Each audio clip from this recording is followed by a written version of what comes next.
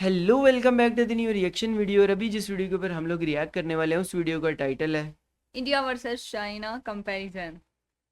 अच्छा जी, इंडिया और चाइना का कंपैरिजन है। वैसे इससे पहले हम लोग कंपेयर करते थे कि यार इंडिया की जो आबादी है वो चाइना से थोड़ी सी कम है, लेकिन लास्ट ईयर ही जो है ना इंडिया की आबादी इससे ज़्यादा हो चुकी है, मतलब चाइना से। चाइना से लेकिन बहुत सारी चीज़ों में अभी भी इंडिया चाइना से पीछे है, और बहुत सारी ऐसी चीज़ें हैं जिनमें आगे है। तो बहरहाल देखते हैं कि इसके अंदर कंपैरिजन किस तरीके से किया गया है और क्या क्या चीज़ें इसमें बताते हैं। और चैनल को आपने सब्सक्राइब नहीं किया तो वो भी लाजिम कर लीजिए। और अगर कोई वीडियो सजेस्ट करनी है तो इंस्टाग्राम के लिंक आपको बायो में मिल जाएंगे। तो आप लोग वीडियो कमेंट सेक्शन के अंदर भी बता सकते हैं। तो लेट्स गो स्टार्ट करते हैं, देखते हैं कंपैरिजन में क्या है।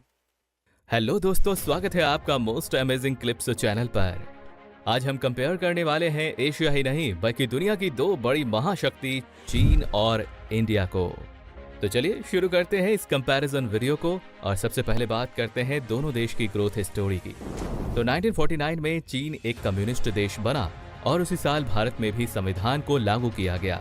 उस समय लगभग 200 साल के अंग्रेजों के शोषण के बावजूद भारत एशिया की सबसे बड़ी अर्थव्यवस्था था और चीन भी अपनी इकोनॉमी को आगे ले जाने के लिए हर वो सोशल, पॉलिटिकल और इकोनॉमिक रिफॉर्म कर रहा था जिससे वो अपने देश के हालात को ठीक कर सके। और इसकी शुरुआत हुई 1978 में जब चीन ने अपने देश की इकोनॉमी को दुनिया के लिए ओपन किया। वहीं भारत में भी 1991 में LPG यानी कि लिबरलाइजेशन, प्राइवेटाइजेशन और ग्लोबलाइजेशन के रूप में रिफॉर्म्स को लाया गया, जिसके चलते देश के अब इंडिया आज़ाद होता है 1947 में और वो 1949 में, मतलब 2 साल बाद। और चाइना उससे मतलब माशाल्लाह स्पीड पकड़ रहा है। व्यवस्था को दुनिया के लिए खोला गया, जिस वजह से भारत की सर्विस इंडस्ट्री में बूम स्टार्ट हुआ। वहीं लेट 90s में ही चीन अपने इंफ्रास्ट्रक्चर को मजबूत करने लगा था। सस्ती लेबर और बेहतर होते इंफ्रास्ट्रक्चर के चलते चीन देखते ही देखते इंडस्ट्रियल ग्रोथ के मामले में 2010 तक एशिया ही नहीं बल्कि दुनिया का मैन्युफैक्चरिंग हब बन गया। वहीं भारत करप्शन, मुश्किल आर्थिक नीति और अपनी राजनीति की वजह से स्लो इंफ्रास्ट्रक्चर डेवलपमेंट के चलते इंडस्ट्रियल ग्रोथ की रेस में चीन से काफी पीछे रह गया, जिसका नतीजा आज चीन सिर्फ मैन्युफैक्चरिंग ही नहीं बल्कि टेक्नोलॉजी इनोवेशन के साथ साथ ग्रोथ और डेवलपमेंट का भी एग्जाम्पल बन गया, जो भारत ही देखो इंडिया, हम लोग अगर देखते हैं ना कि इंडिया पाकिस्तान के हिसाब से तो बहुत बहुत ही आगे आगे है, है ना, बहुत बहुत आगे ही आगे है। लेकिन चाइना के हिसाब से देखते हैं तो फिर भी कहीं ना कहीं मतलब ऐसा काम कर रहे हैं जो कि चाइना ने बहुत अरसा पहले किए, ये अब कर रहे हैं। लेकिन देखो कर तो रहे हैं, कर तो रहे हैं मतलब ना, स्पीड मतलब पकड़ी भी तो हाँ। है। लेकिन हम लोग जब अपने हालात यहाँ के पॉलिटिकली और और दूसरे सारे हालात देखते हैं तो काफ़ी अनस्टेबल है। नहीं बल्कि दुनिया के कई डेवलप्ड देशों से भी काफी आगे निकल गया। तो चलिए देखते हैं और कंपेयर करते हैं कि चीन आज भारत से कितना आगे निकल चुका है और भारत कैसे चीन को टक्कर दे सकता है। तो सबसे पहले बात इंफ्रास्ट्रक्चर की, जिसमें चीन में लगभग 53 लाख किलोमीटर का रोड नेटवर्क मौजूद है। वहीं भारत में चीन से ज्यादा करीब 67 लाख किलोमीटर लंबा रोड नेटवर्क है। लेकिन चीन में दुनिया का सबसे बड़ा एक्सप्रेसवे नेटवर्क है जिसकी लेंथ 1,77,000 किलोमीटर है। वहीं इंडिया में सिर्फ 6,000 किलोमीटर का ही एक्सप्रेसवे नेटवर्क है और करीब 8,000 किलोमीटर लेंथ का एक्सप्रेसवे अंडर कंस्ट्रक्शन है।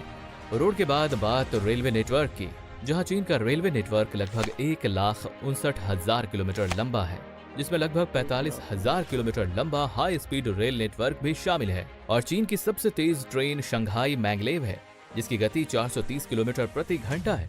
वहीं भारत का रेलवे नेटवर्क लगभग 67,000 किलोमीटर लंबा है, जिसमें मात्र 508 किलोमीटर लंबा नेटवर्क ही हाई स्पीड है जो अभी अंडर कंस्ट्रक्शन है। वैसे फिलहाल भारत की सबसे तेज ट्रेन वंदे भारत एक्सप्रेस है जिसकी गति 180 किलोमीटर प्रति घंटा है। रेल नेटवर्क के साथ साथ अब बात कर लेते हैं मेट्रो रेल की। तो जहां भारत में लगभग 945 किलोमीटर लंबा मेट्रो रेल नेटवर्क है, तो वहीं चीन इस मामले में भारत से 10 गुना आगे है, जिसके मेट्रो रेल नेटवर्क 10,000 किलोमीटर से भी ज्यादा है। अब बात करते हैं एयरपोर्ट की। तो क्या आप जानते हैं कि भारत में फिलहाल टोटल 137 एयरपोर्ट्स हैं, वहीं चीन में एयरपोर्ट्स की संख्या 250 के करीब है। वहीं ट्रेड के लिए सबसे इम्पोर्टेंट सी पोर्ट की बात हो तो इंडिया में करीब 14 मेजर पोर्ट्स हैं, तो वहीं चीन अपने 34 मेजर पोर्ट्स के चलते दुनिया भर में अपना सामान एक्सपोर्ट करता है और 3.2 ट्रिलियन US डॉलर के साथ दुनिया का सबसे बड़ा एक्सपोर्टर है।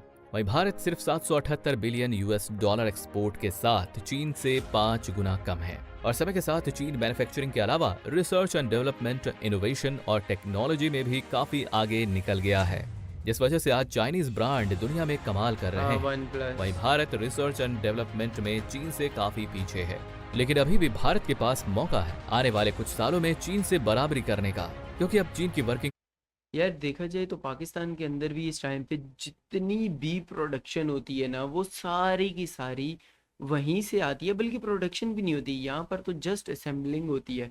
मतलब जो भी चीज़ आती है पाकिस्तान के उसको अंदर, ही, जो मेड हाँ। इन पाकिस्तान मोबाइल भी है ना, वो भी 1-2 कंपनीज हैं मोबाइल की, वो भी जो है वो सारा की सारी चीज़ें वहीं से आती हैं और यहाँ पर आके असेंबल होती हैं। इसके अलावा भी पाकिस्तान के अंदर भी और बाकी हम लोग जो भी कंट्री देखते हैं, किसी भी कंट्री के अंदर जब हम लोग देखते हैं, बल्कि एक तो मीम भी किसी ने शेयर किया हुआ था कि इंडिया के किसी लड़के का मीम भी उसने शेयर किया हुआ था कि एक कैप थी, उसके ऊपर लिखा हुआ था बाइकॉट चाइना, बाइकॉट चाइना ना, मतलब चाइना का जब बाइकॉट हो रहा था, और शर्ट्स थी, तो वो भी उनकी जो टैग्स थे उनके ऊपर भी मेड इन चाइना लिखा हुआ था। मतलब चाइना जो है अपने ही बाइकॉट के लिए उनको बना के वो भी सेल कर रहा है, तो चाइना की ऐसी स्ट्रेटजीज हैं।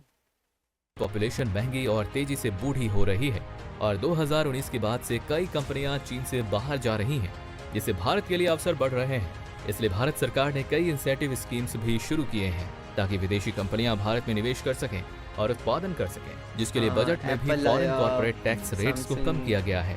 साथ ही अगर भारत अपने इंफ्रास्ट्रक्चर को तेजी से इंप्रूव करे, ease of doing business ranking में सुधार करे, अपनी यंग पॉपुलेशन को प्रॉपर एजुकेशन और स्किल ट्रेनिंग दे, तो आने वाले समय में भारत चीन को टक्कर दे सकता है, क्योंकि चीन की जीडीपी अब पहले जितनी तेजी से नहीं बढ़ रही और भारत की जीडीपी का ग्रोथ रेट काफी अच्छा है। उम्मीद है आपको ये जानकारी पसंद आई होगी। अगर हाँ तो वीडियो अगर देखा जाए तो इस हिसाब से ये रहा, इंडिया कहीं ना कहीं, मतलब ऐसा नहीं कह सकते कि बहुत पीछे है, लेकिन जिस हिसाब से इंडिया की अब जीडीपी बढ़ रही है, तो आने वाले टाइम में मुझे तो ऐसा लगता है कि कहीं ना कहीं करीब करीब जल्दी पहुंच जाएगा, मतलब ऐसा नहीं है टक्कर दे पाएगा।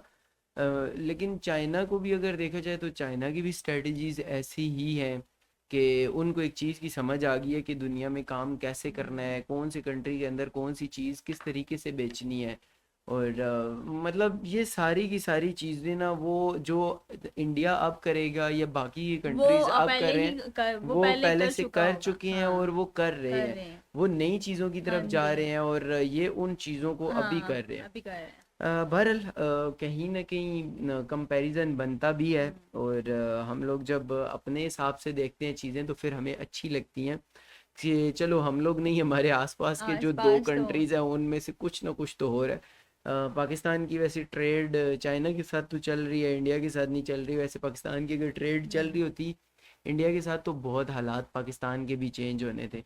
खैर, वीडियो काफ़ी इंटरेस्टिंग है, और इस वीडियो से रिलेटेड आप लोगों का जो भी ओपिनियन है कमेंट सेक्शन के अंदर, और हम लोग मिलते हैं एक और वीडियो के साथ। तब तक के लिए अल्लाह हाफिज़।